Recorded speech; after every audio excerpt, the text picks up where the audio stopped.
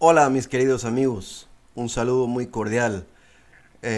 Vamos a seguir leyendo el plan maestro de la evangelización por Robert E. Coleman.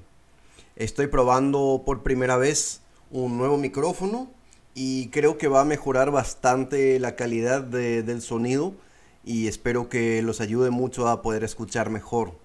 Muy bien, vamos a comenzar leyendo el capítulo 4 que se titula Impartición y dice Juan 20:22, recibid el Espíritu Santo. Jesús quería que sus seguidores le obedecieran. Él comprendió que sus discípulos descubrirían la experiencia más profunda de su espíritu cuando ellos reconocieran esta verdad.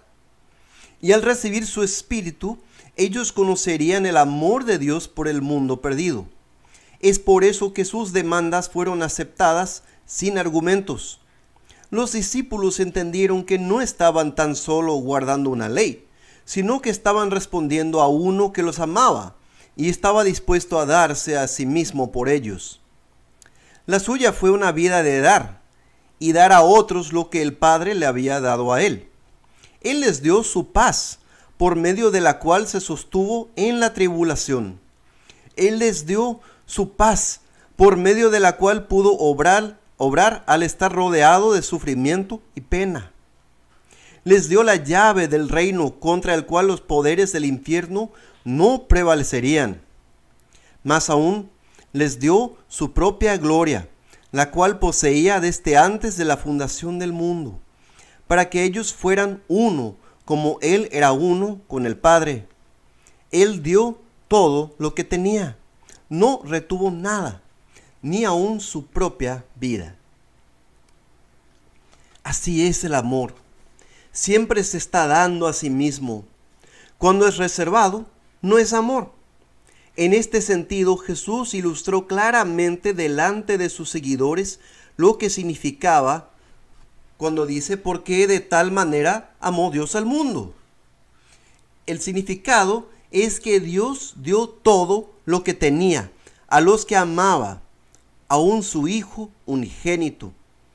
Y para el Hijo, al encarnar ese amor, significó renunciar su propio derecho a vivir y dar su vida por el mundo. Solo a la luz de esto, cuando el Hijo es puesto en lugar del mundo, puede uno siquiera comenzar a comprender la cruz.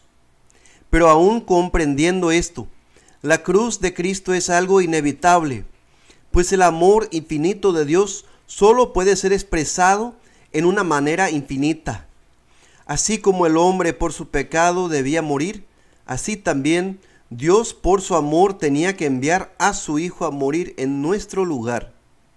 Nadie tiene mayor amor que este, que uno ponga su vida por sus amigos. Juan 15:13. Esta es la razón por la cual Él no perdió ni una oportunidad para imprimir en sus seguidores la pasión obligatoria de su propia alma ardiendo con el amor de Dios por el mundo perdido. Todo lo que Él hizo y dijo fue motivado por esta pasión consumidora. Su vida fue simplemente la revelación en tiempo y espacio del propósito eterno de Dios de salvar a un pueblo para sí. Por encima de todo, esto era lo que los discípulos necesitaban aprender, no en teoría, sino en la práctica. Y ellos lo vieron demostrado ante sus ojos en muchas maneras cada día. Aunque estas demostraciones fueron frecuentemente difíciles de aceptar, como cuando Él lavó sus pies, aún así no era difícil de entender lo que Él quería decir.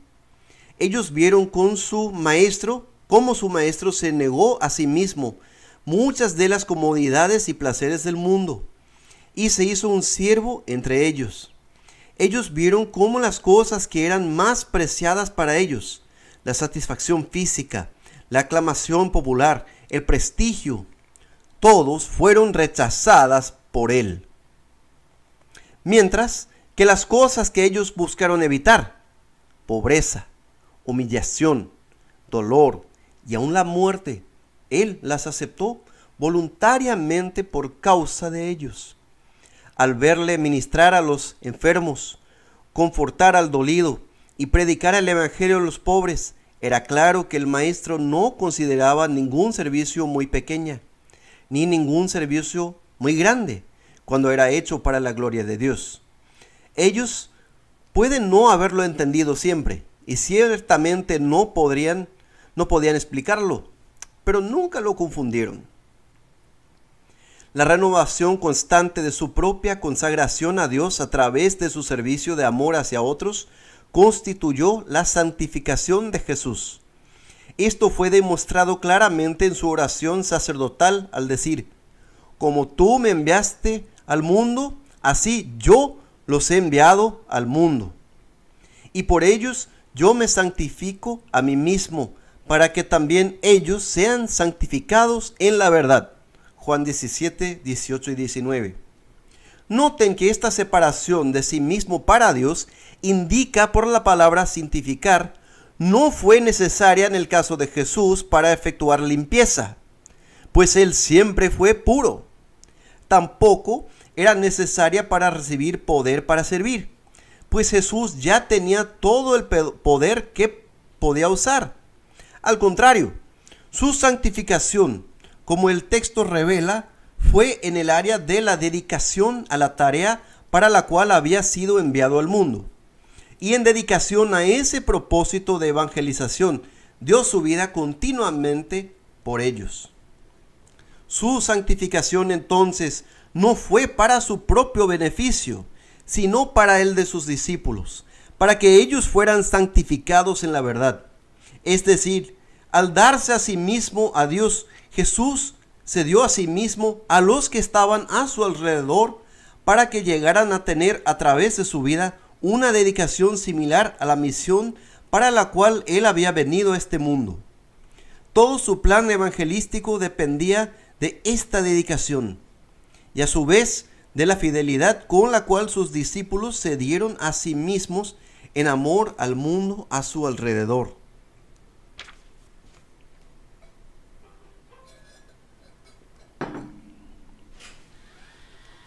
Esta sería la medida mediante la cual ellos juzgarían su propio servicio en su nombre. Debían dar gratuitamente como habían recibido. Debían amarse a los unos a los otros como Él les amó. Esta sería la marca que eran sus discípulos. Aquí estaban contenidos todos los mandamientos. El amor del Calvario era el estándar. Tal como lo habían visto por 3 años, los discípulos debían darse a sí mismos en devoción desprendida a los que el Padre amaba y por los cuales Jesús murió. Tal demostración de amor a través de ellos sería la manera en que el mundo sabría que el Evangelio era la verdad. ¿De qué otra manera serían convencidas las multitudes? Amar es la única manera de ganar la respuesta libre de los hombres, y esto es posible solo mediante la presencia de Cristo en el corazón. Por esto Jesús oró: Padre justo, el mundo no te ha conocido, pero yo te he conocido, y estos han conocido que tú me has enviado, y les he dado a conocer tu nombre, y lo daré a conocer aún, para que el amor con el que me has amado esté en ellos y yo en ellos. Juan 17, 25 y 26. La obra del Espíritu Santo. Que a nadie se le ocurra pensar, sin embargo, que este tipo de experiencia con Cristo puede haber sido engendrada por la astucia humana. Jesús hizo entender bastante claro que su vida fue dirigida solo por el poder del Espíritu Santo. El Espíritu es el que da vida. La carne para nada aprovecha. Juan 6:63. Esa es la razón por la cual, aún para comenzar a vivir en Cristo, es necesario haber nacido de nuevo. La naturaleza humana corrompida debe ser regenerada por el Espíritu de Dios, antes de poder ser conformada a su verdadero propósito de existir en la imagen divina. De la misma manera, es el Espíritu el que sostiene y alimenta la vida transformada de un discípulo en gracia y conocimiento. Mediante el mismo Espíritu, uno es limpiado a través de la palabra y apartado para Dios para su servicio santo. De principio a fin, el poder experimentar al Cristo vivo en alguna manera personal es la obra del Espíritu Santo. Es solo el Espíritu de Dios el que capacita a la persona para llevar a cabo la misión redentora de la evangelización. Jesús ya había revelado esta verdad en relación a su propia obra, al declarar que lo que él hacía era en cooperación con el Espíritu del Señor. Era por su virtud que él predicaba el Evangelio a los pobres, sanaba a los de corazón afligido, proclamaba libertad al cautivo, abría los ojos de los ciegos, echaba fuera demonios y ponía en libertad a los oprimidos. Jesús era Dios en revelación, pero el Espíritu era Dios en operación. Él era el agente de Dios efectuando a través de los hombres el plan eterno de salvación. De esta manera Jesús explicaba a sus discípulos que el Espíritu prepararía el camino para sus ministerios. Él les daría las palabras para hablar. Él convencería al mundo de pecado, de justicia y de juicio. Él daría iluminación de la verdad para que los hombres pudieran conocer al Señor. A los discípulos se les prometió que por el poder del Espíritu harían las mismas obras del Señor. En esta luz el Evangelio no fue interpretado como una empresa humana, sino como un proyecto divino que ya estaba en marcha desde el principio y continuaría hasta que se cumpliera el propósito de Dios. Era la obra del Espíritu de principio a fin. Todo lo que se le pidió a los discípulos que hicieran fue dejar al Espíritu controlar sus vidas por completo. Para su propio entendimiento, sin embargo, los discípulos necesitaban entender de manera aún más significativa la relación del Espíritu con su Señor. Jesús, por supuesto, reconoció esta necesidad y por lo tanto habló específicamente en cuanto a esto al acercarse más y más el fin de sus días sobre la tierra. Hasta este punto Él había estado con ellos siempre. Él había sido su consolador, su maestro, su guía. En comunión con Él, los discípulos habían conocido la valentía y la fortaleza. Con Él sintieron que todo era posible.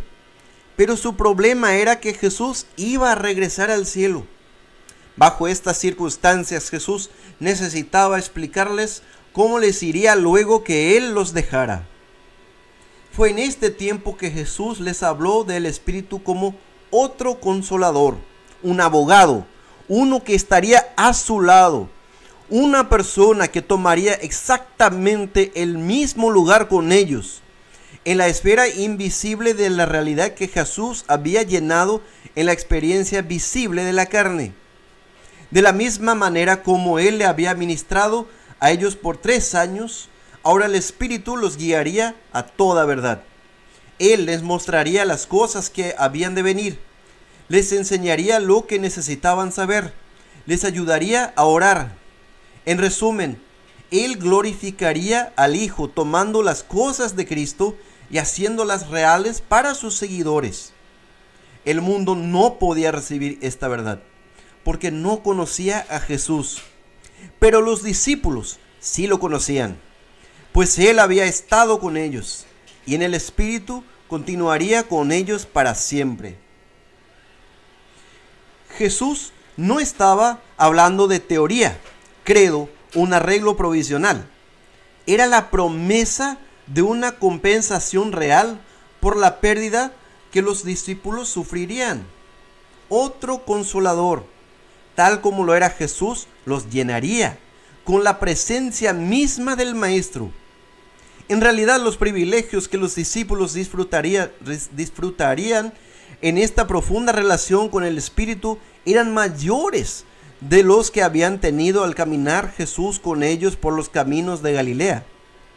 Después de todo, en su carne Jesús estaba confinado a un cuerpo y a un lugar.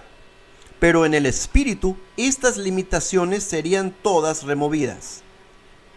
Ahora, podría estar con ellos siempre y literalmente nunca dejarlos ni abandonarlos. Viéndolo desde esta perspectiva, era mejor para Jesús, habiendo terminado su obra, regresar al Padre y enviar al bendito Consolador para que viniera y tomara su lugar. El secreto de la vida victoriosa. Es fácil ver entonces por qué Jesús quería que sus discípulos esperaran hasta que la promesa se hiciera realidad para ellos.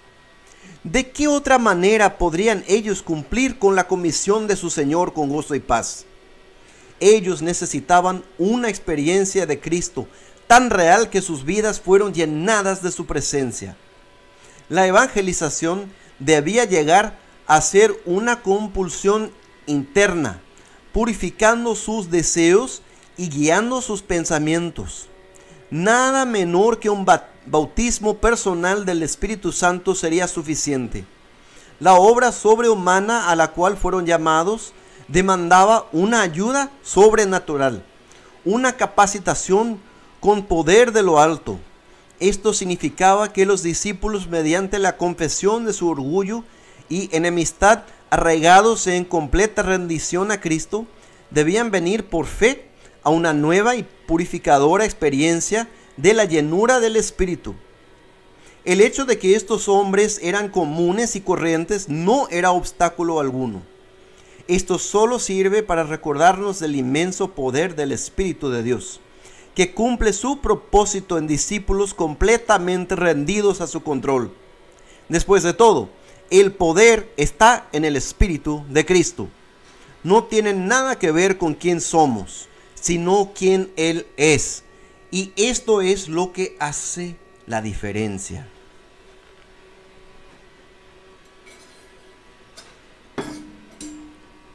Sin embargo, es bueno mencionar de nuevo que solo aquellos que siguieron a Jesús hasta el final llegaron a conocer lo glorioso de esta experiencia. Los que le siguieron a distancia, como las multitudes, así como los que obstinadamente rehusaron caminar en la luz de su palabra, como los fariseos, ni tan siquiera escucharon sobre la obra del bendito Consolador. Como se dijo antes, Jesús no arrojaría sus perlas delante de los que no las querían. Esto caracterizó su enseñanza a través de toda su vida. Jesús reservó a propósito para sus pocos discípulos escogidos, y particularmente los 12, sus cosas más reveladoras. Sus ojos y oídos fueron benditos. Muchos profetas y reyes desearon ver las cosas que ellos vieron y oír lo que ellos oyeron, pero no pudieron. Tal política puede parecer extraña, hasta que recordamos que Jesús estaba invirtiendo deliberadamente todo lo que tenía en estos pocos hombres, para que pudieran ser preparados apropiadamente para esta obra. El asunto principal hoy día. Todo el asunto gira alrededor de la persona del Maestro. Básicamente, su método era su vida. Y así debe ser con sus seguidores. Debemos tener su vida en nosotros por el Espíritu, si es que vamos a hacer su obra y practicar sus enseñanzas. Cualquier obra evangelística sin esto queda sin vida y propósito. Solo en la medida en que el Espíritu de Cristo en nosotros exalta al Hijo, es que las personas son atraídas al Padre. Por supuesto, no podemos dar lo que no poseemos. La habilidad de dar nuestras vidas en Cristo es la prueba de su posesión. Como tampoco podemos retener lo que poseemos en el Espíritu de Cristo y aún quedarnos con ello. El Espíritu de Dios siempre insiste en dar a conocer a Cristo. He aquí la gran paradoja de la vida. Debemos morir a nosotros mismos para vivir en Cristo. Y en esa renuncia de nosotros mismos, debemos darnos a nosotros mismos en servicio y devoción a nuestro Señor. Este era el método evangelístico de Jesús, visto primeramente por sus pocos seguidores, pero a través de ellos llegaría a ser el poder de Dios para conquistar al mundo. Pero no podemos detenernos aquí. También es necesario que otros vean en nosotros una clara demostración de la manera en que se debe vivir la vida del Maestro. Por lo tanto, es necesario que entendamos otro aspecto obvio de la estrategia de Jesús con sus discípulos. Y eso va a continuar en el capítulo 5. Bueno, espero que hayan disfrutado la lectura. Disculpe el sonido que vino atrás de la máquina. Bueno, espero que este nuevo micrófono también ha producido un mejor sonido para escuchar mejor esta palabra dado a nosotros en el plan maestro de la evangelización por Robert E. Coleman. Es muy importante recordar, mis hermanos, que nada espiritual se puede cumplir en la carne. Solo en el poder del Espíritu Santo se puede cumplir la obra espiritual de Cristo. Bueno, mis hermanos, saludos. Nos vemos en la próxima. Que Dios les bendiga.